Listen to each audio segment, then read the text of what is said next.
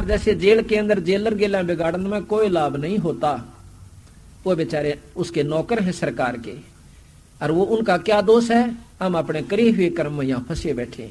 इसी प्रकार ब्रह्मा विष्णु महेश हमारे दुश्मन नहीं दोस्त हैं, लेकिन ये सोचकर नहीं मानना कि ये हमारे को काल से मुक्त कर देंगे, ये आस्था इनमें नहीं बनानी है। कहते हैं जिस प्रकार बिजली के गुण बतावे, महाराज ने बहुत गुण गा रखे हैं ब्रह्मा विष्णु महेश के। एक भक्त कहने लगा कि फिर ये दोनों बात कैसे हों। कहीं तक कहते हैं कि तीनों देवा दिल में बसे ब्रह्मा विष्णु महेश, और प्रथम इनकी वंदना पर सुन सतगुरु उपदेश। कई कहते हैं, कहीं लिखा है बंदी छोड़ गरीबदास जी ने कि तीनों देवा काल हैं ब्रह्मा विष्णु महेश, और भूले चूके समझियो सबका हूं उपदेश।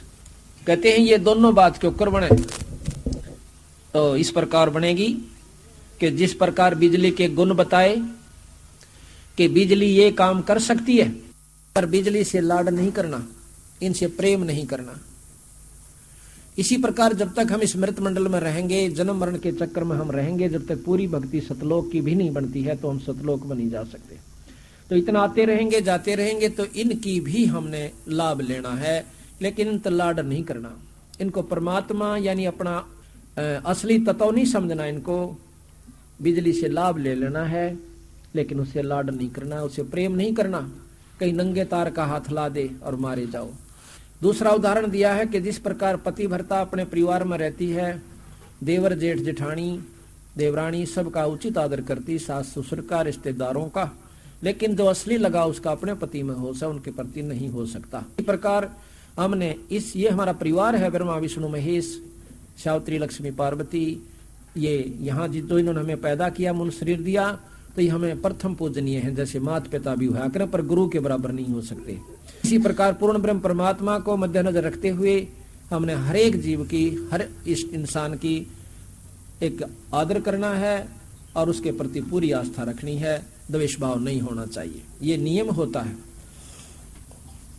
तो अब पता चला कि असली हमारा भगवान ईष्ट कौन है, पूर्ण ब्रह्म परमात्मा, वो अकाल पुरुष भी कहते हैं इसे। जिसका काल ना हो उसे अकाल पुरुष कहते हैं।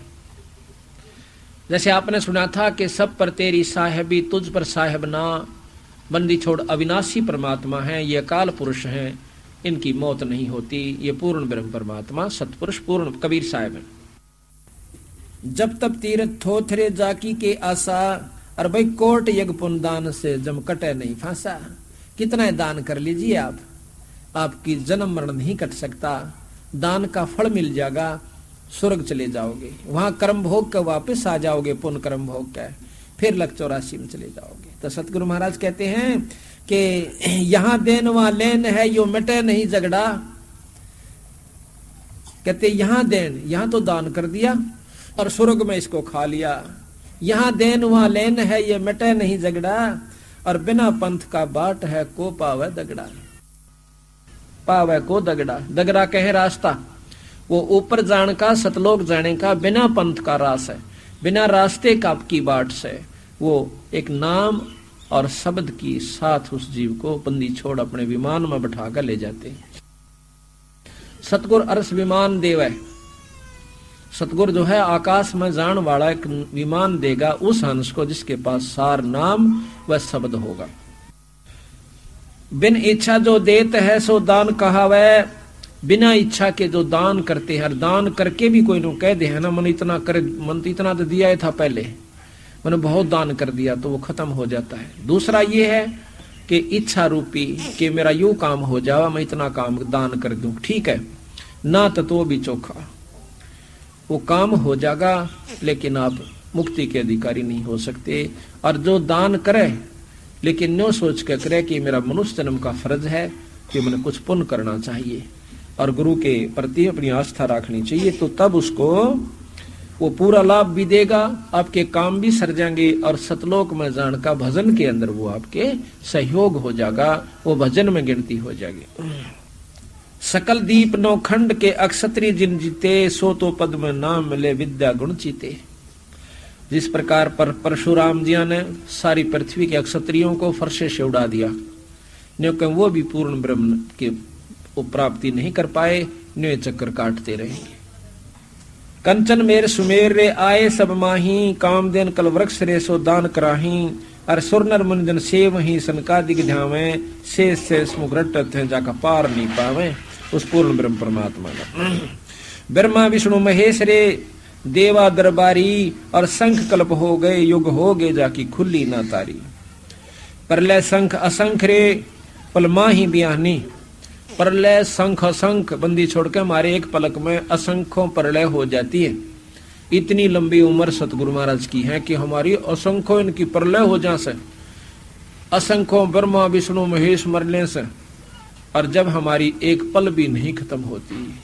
कहते हैं गरीबदास निज नाम की महिमा हम जानी। अब देखियो अरे सारे जीना चावा सापा, कोई मरना नहीं चाहता कतई नहीं, अन्यों मालूम के जी नहीं सकते या रह नहीं सकते, और फिर भी आस्था जीवन की बंदी छोड़ के हैं तुम जीवन वाली जगह पहुंचे को नहीं सोचता है, जहां तुम मरो को ना, या तो मरे सरेगा, चाहे यहाँ कितना ही आप कई युग तक भी रह लो फिर भी मरोगे, लेकिन वो स्थान जो सत्ताई स्थान है, सतलोक है, वहां चालो भाई।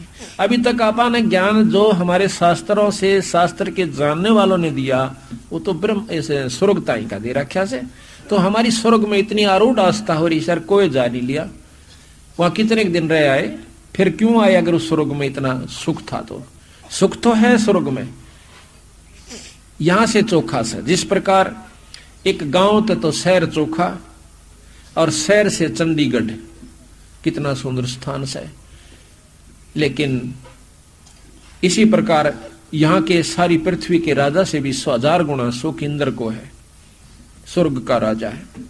वहां भी राग है, द्वेष है, लड़ाई है, झगड़ा है, आपस में खींचातानी है, बुरे नाच नंगे नाच वहां पर होते हैं।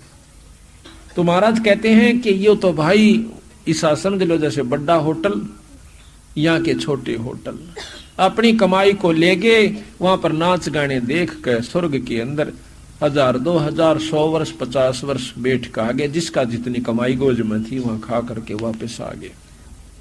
तो हमने सतलोक जान की कोशिश करनी से भाई, और जब तक सतलोक नहीं जालेंगे इतने जीव छुटकारा नहीं हो सकता।